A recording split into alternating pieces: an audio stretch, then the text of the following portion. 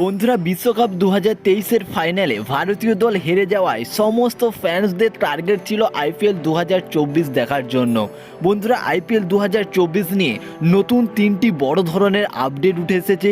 কি সেই আপডেট আজকের এই ভিডিওতে জানাবো।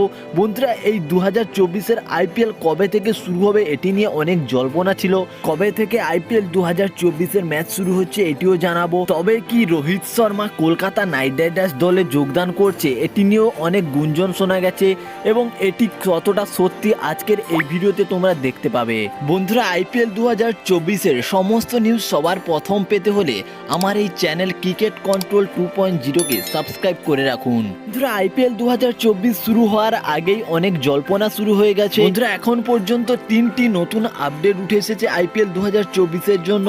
প্রথম আপডেটটি হলো হার্দিক পান্ডিয়া, যে কিনা গুজরাট টাইটেন্সের ক্যাপ্টেন ছিল, সেখান থেকে ট্রেড হয়ে মুম্বাই ইন্ডিয়ান্সে চলে এসেছে টাকার লোভে।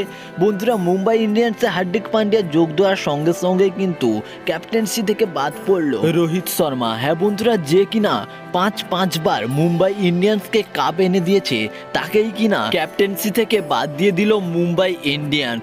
বন্ধুরা, রোহিত শর্মা কিন্তু এতে অনেকটা ভেঙে পড়েন এবং রোহিত শর্মা শুধু নয়, তার সঙ্গে সঙ্গে সূর্যকুমার যাদব কিছুটা অবাক হন এবং সঙ্গে সঙ্গে একটি টুইট করেন। রোহিত শর্মাকে মুম্বাই ইন্ডিয়ান্সের ক্যাপ্টেন্সি থেকে বাদ দেওয়ার সঙ্গে সঙ্গে মুম্বাই ইন্ডিয়ান্সের ইনস্টাগ্রামে প্রায় 6 থেকে 7 লক্ষ ফলোয়ার আনফলো করে দেয় মুম্বাই ইন্ডিয়ান্সকে। এবং যদি রোহিত শর্মা মুম্বাই ইন্ডিয়ান্স এবছর ছেড়ে দেয়, তবে কলকাতা দল কিন্তু দলে নেওয়ার জন্য চেষ্টা করবে। কারণ রোহিত শর্মা একটি ইন্টারভিউতে জানিয়েছিল যে মুম্বাই ইন্ডিয়ান্সের বাদে যদি অন্য কোনো দলে ক্যাপ্টেন্সি করতে হয় তবে তিনি কলকাতা নাইট রাইডার্স দলে ক্যাপ্টেন্সি করবেন।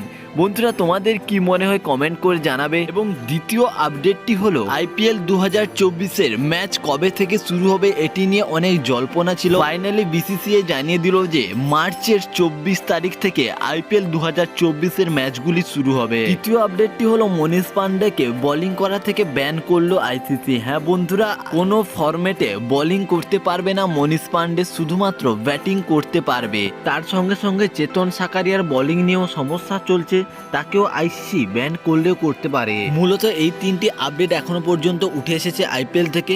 বন্ধুরা, ভিডিওটি কেমন লাগলো কমেন্ট করে জানাবে। ভালো লাগলে চ্যানেলটিকে সাবস্ক্রাইব করবে। ধন্যবাদ।